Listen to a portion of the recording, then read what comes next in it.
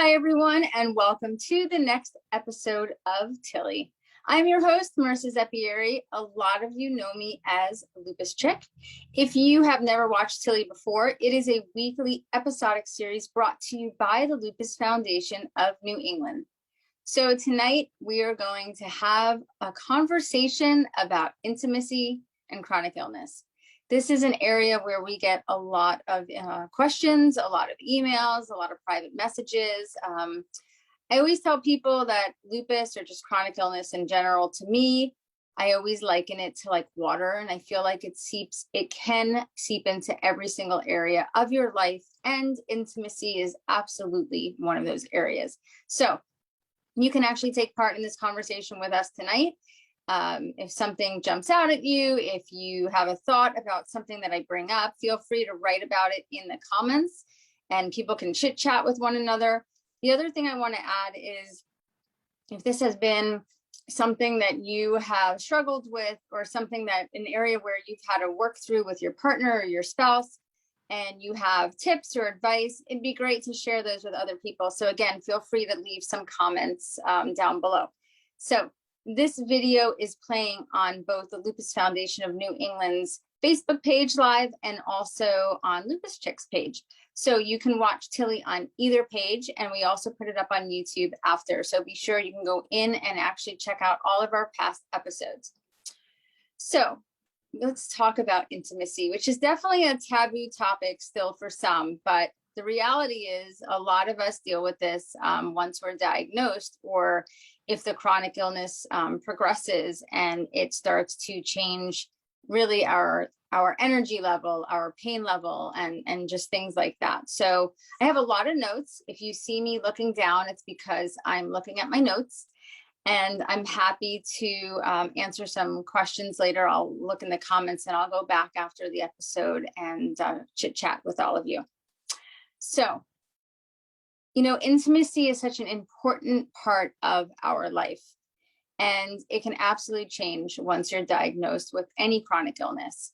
I think when we're diagnosed with something, we have just a lot of questions overall, but, you know, I was diagnosed pretty young, and I just remember thinking, what impact will this have on just relationships and dating?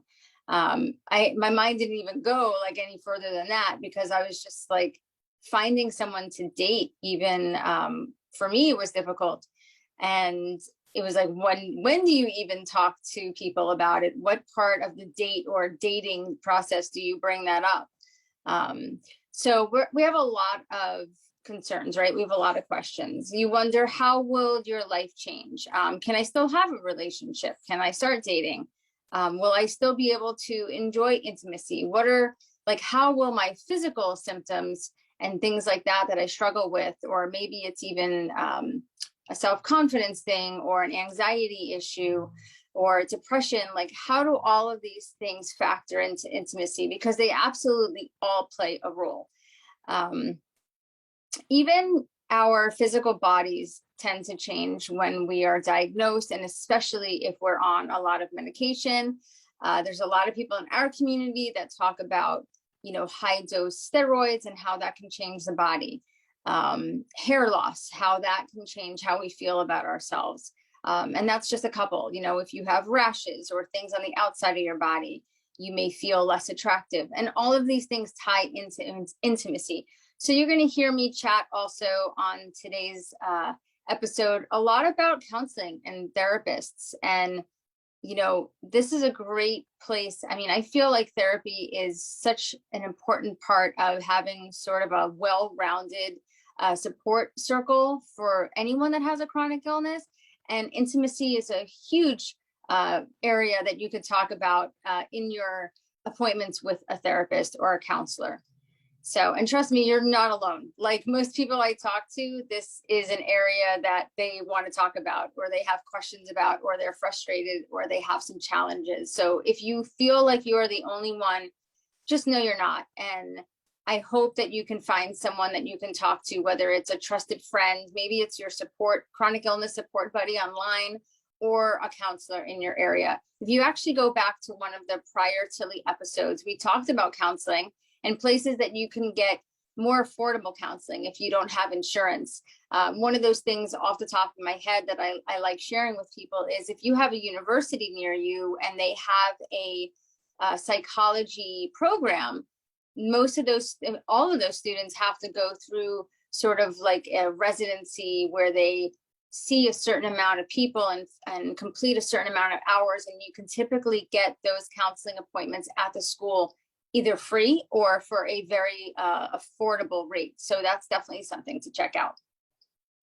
Okay, so as far as some of the things that we think about, there's a lot of emotions tied up into intimacy and whether or not we'll be able to have that as part of our life. And there's also a lot of physical considerations that you need to think about when you have a chronic illness, right? So one, our body doesn't necessarily function like it did before we were diagnosed. So this is different for everyone, but thinking about like, what are your challenges right now? They might be mobility challenges, they might be pain challenges, and this might actually differ like over the years.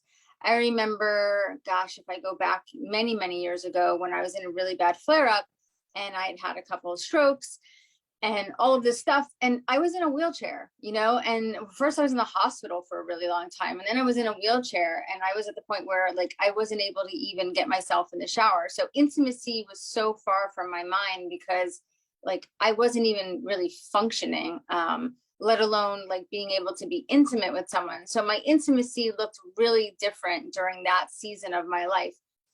So I just want to encourage you to not beat yourself up. Like if you're going through one of those seasons where you're like, I can barely shower, let alone, even thinking about having a relationship or being intimate with my partner right now. Like it's just not in the forefront of your mind, and that's okay.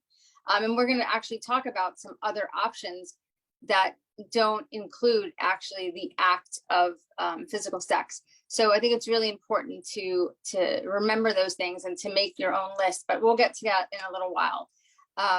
Physical pain is another big issue in the whole intimacy and chronic illness world, because obviously when you are in extreme pain, you don't want to do anything. But intimacy and actually having those chemicals in your body release can actually help with pain. So that's something to consider as well. But I have a couple of comments from people that I sort of put to the side about how they handle physical pain and intimacy, and we'll touch on that in a little while as well. But I just kind of want to get through this list real quick. Sometimes medicine, we talked about this before, can cause a lot of weight gain, can cause our body to change. And that also can make us think very differently or be concerned about intimacy in our relationships and living with a chronic illness. So all of these things, and plus so much more, can make the topic of intimacy seem so overwhelming. And that's why I really wanted to chat with all of you today about it. So I was talking to a friend of mine who is a counselor, and I asked her, what are some of the biggest issues that come up when you are with someone and they are there because of chronic illness and intimacy or sex issues? And these are some of the things that she told me. Pain was one of the biggest, and also fatigue. Obviously with lupus and a lot of chronic illness and autoimmune disease, fatigue is a huge issue. So it definitely changes how much energy we have and sort of just our stamina and things like that. So fatigue is definitely one. Pain was another. And then we have more of our, how we feel about ourselves. We might feel less attractive. We might be less confident about ourselves. Again, especially if we see our body changing and we compare it to like what we used to look like or how we used to feel or how much energy we had. And it could be really difficult. And I know that that can lead to a lot of anxiety and depression and just frustration. And this is why I definitely stress working with someone and having a counselor, having someone that you can talk to, because it's a lot. It's a lot to work through on your own. Also, with some of the medications that you're taking, if you're also very tired, if you're in a lot of pain, your desire for intimacy may lessen. You may feel absolutely no desire. So, and if you're in a relationship, this can obviously be a problem and cause issues. So again, this is where speaking to your doctor can be helpful, speaking to a counselor, and also communicating with your partner. And that's something that we're going to go into a little bit as well. So me and my friend who's a therapist, we went through like, what are some things that you can actually do to be more intimate with your partner that doesn't involve anything that has to do with the physical act of sex? And I kind of made a list, but I know that some of you might most likely have some comments as well, and we would love to hear them. I'm going to throw in a couple of my ideas too. We'll just kind of go through these really quick, but let's talk about maybe enjoying a warm bubble bath together. This was something that actually came up a lot with a couple of people that I spoke to. And it was sort of like twofold. One, it gives you an opportunity to just be with one another, look at one another, speak to one another, and there's no distractions around you. Hopefully the phone can be put away. You know, maybe you have some music playing on it in the background, but you have the do not disturb on, and it's really that one-on-one time. But a lot of people that I talked to also shared that warm bubble bath sort of helps their body relax. It might help them with joint or muscle pain, and they just feel a little bit less like stressed or tense. And sometimes in a bubble bath, you know, you can not just be with one another, but just the act of massage or physical touch. And if you have pain and those things help, this can be a way that you communicate with your partner that this for me would be an amazing form of intimacy, and it would really help me connect with you, but not in a way that's just talking about sex, like actually having sex with one another. Something else that she mentioned is actually maybe just laying in bed with one another. Again, no distractions, no TV on. Hopefully the phone is put away, and or at least far enough away that you can't grab it and, you know, just have it and look at it. But connecting with one another, talking to one another, having that quiet time with each other. So that is also a way of intimacy. Some people, you know, cuddle on the couch and watch Netflix, and that's sort of like their intimate time. Even something as simple as just a quick kiss or holding hands. You know, it looks different for everyone. So it's really good to make a list.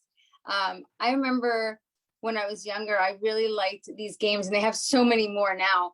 But they're just basically these cards of asking questions, and it's all kinds of topics. But it was really a way to get to know the other person and asking questions of things that you wouldn't normally think of on a regular, like daily basis, or about topics that maybe you don't normally discuss, but it helps you really understand the other person.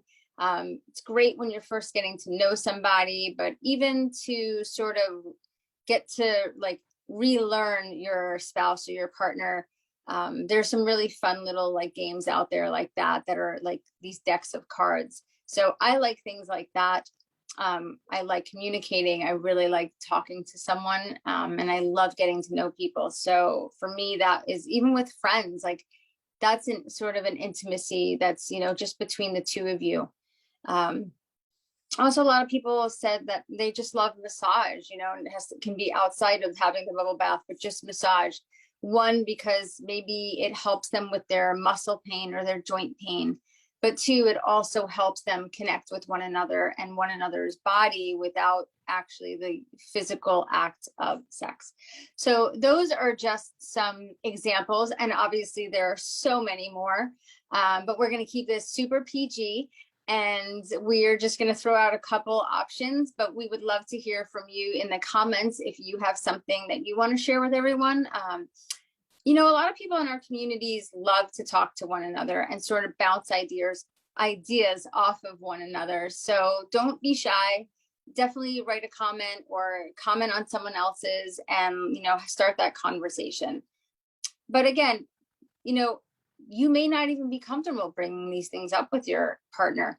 And this is where, again, a therapist or a counselor can really help you. So I hope that you will just at least consider that. And I want to stress this, especially if your spouse or your partner is really like in a caregiver role, because then sometimes the way we look at one another might be a little bit different, you know, and might change over time than that initial when you were first maybe together. And perhaps you didn't have a diagnosis, so your relationship with one another has changed in certain ways. And caregivers deal with a lot of stress, and they also need a break, and it's a lot for them to deal with as well. So if you have a difficult time communicating with one another about these things, it's great to have to bring in a neutral party. So definitely consider a counselor. There's even just straight sex therapists, and that's all they deal with is relationships and intimacy. And that might be just actually what you want to go and look for, versus just a more of a broad just counselor. So consider that. And then just a couple of tips that her and I went through. And again, you might have, because this is obviously a list that can be quite exhaustive, but I don't know about you, but there are certain times during the day when my fatigue is the worst, especially if I am in a flare up. And as much as we want to be spontaneous, and maybe on those days that we feel really good, we can be really spontaneous when it comes to intimacy. But there are times when you're sort of in these seasons and like mornings for me are awful. I don't even really want to talk to anyone in the morning. It's just a hard time for me. I'm usually very tired. I usually have fever. I certainly don't want anyone even kind of in my personal space or touching me. But at nighttime, I tend to feel a lot better. Maybe it's because I've moved around. I've eaten really well. I've juiced, I've taken my medicine, and my body just sort of operates a little bit better late at night. So if you are a planner, or you're at this season in your life when you kind of have to just maybe plan intimacy a little bit, I know it doesn't sound very exciting, but if you make that time and okay, usually at night I feel a lot better, or in the morning I feel really good, whatever it is for you, consider that when you're thinking about intimacy. Another thing is, if you have severe pain and maybe you take pain medication, or you need to speak to your doctor about pain medication. I know some people that they sort of plan it around taking their pain medication. So if they take it maybe 30 or 45 minutes before, so it's actually working and their pain is less, they'll plan their intimacy time around the time that they take pain medication. You may have never thought that you have to do that, but it might actually really help you. So that's not something that I deal with, but for those that I know that shared this with me, they said that it actually really helps because they're not in so much pain. They can enjoy that intimacy with their partner, and then they typically feel even better after, again, because endorphins and everything else that's going on in your body. So that might be something. Also, if you're in a lot of pain, moving around and mobility and changing positions or finding positions that are comfortable for you it's really important. And that is going to take a little bit of trial and error. So maybe there's going to be some fun in that, but that might be something else that you want to consider. So you can talk to your partner about that. And then also, just with a lot of medicines that we take, if you have Sjogren's on top of lupus, we tend to have like drier eyes, drier mouth, just drier areas of the body. So that is something to consider as well, for intimacy. And obviously there's a lot of products on the market. You can talk to your physician about that too, because that can also lead to issues, or just, make you in the back of your mind think, well, this might be painful, or this may not be enjoyable because of that. And it's really common with all of the chronic illnesses, a lot of the medications that we take, that we are just, you might just not make the fluids that your body is naturally supposed to make. So nothing to be ashamed about or embarrassed about. Like, this is real life. This happens. Trust me, you are absolutely not the only one when it comes to this. And that's why we have all these products out there. So I just wanted to throw that out there as well. So that's just a couple of things that I wanted to share with you about intimacy and chronic illness. It might be good to make your own list. What do you think of when you think of intimacy that has nothing to do with the actual physical act of having sex? Like, how do you feel you best connect with someone? Write 2 or 3 things down. Talk, sit down and talk to your partner about this. And maybe it's something that you really never thought about. but maybe there's new things on there that you can try. And if you don't feel comfortable, or you're just not even sure, maybe, you know, seeing a therapist or a counselor might be a good thing for you, or the two of you together. So that's something to consider. Think about, you know, the times of days that you tend to feel the best. I know that every day is not the same. I get that. Sometimes you might be exhausted all day long. Very common with lupus, very common with chronic illness. But if you know that there are certain times that usually are better for you, think about that. Consider that when you think about intimacy and you talk to, you know, your partner about intimacy. If you have any other comments or tips, we'd love to see them in the comment box below. I will go in after the episode and check out and be able to answer everyone a little bit more in depth. If you have any questions, or if I have any resources that I can share, I absolutely will. And I just wanted to thank you. I know it's not a topic that everyone wants to talk about, or maybe they're a little shy or a little embarrassed. You know, I'm even a little embarrassed talking about it, but I know that's really important. I know that we get a lot of questions every week on this topic. So I wanted to share all of this with you. So thank you again for joining this episode of Tilly. I hope that you will join us next week. We are bringing back Arnita, who is the patient engagement liaison for GlaxoSmithKline, and she's doing some incredible talks about health journaling and just so many different topics. So definitely stay tuned. Tilly is brought to you by the Lupus Foundation of New England, and it airs every Tuesday night at 8 p.m. Eastern here on Lupus Chick, and also here on the Lupus Foundation of New England's Facebook page. So it was great hanging out with all of you, and I hope you have a wonderful rest of your evening. Take care. Bye.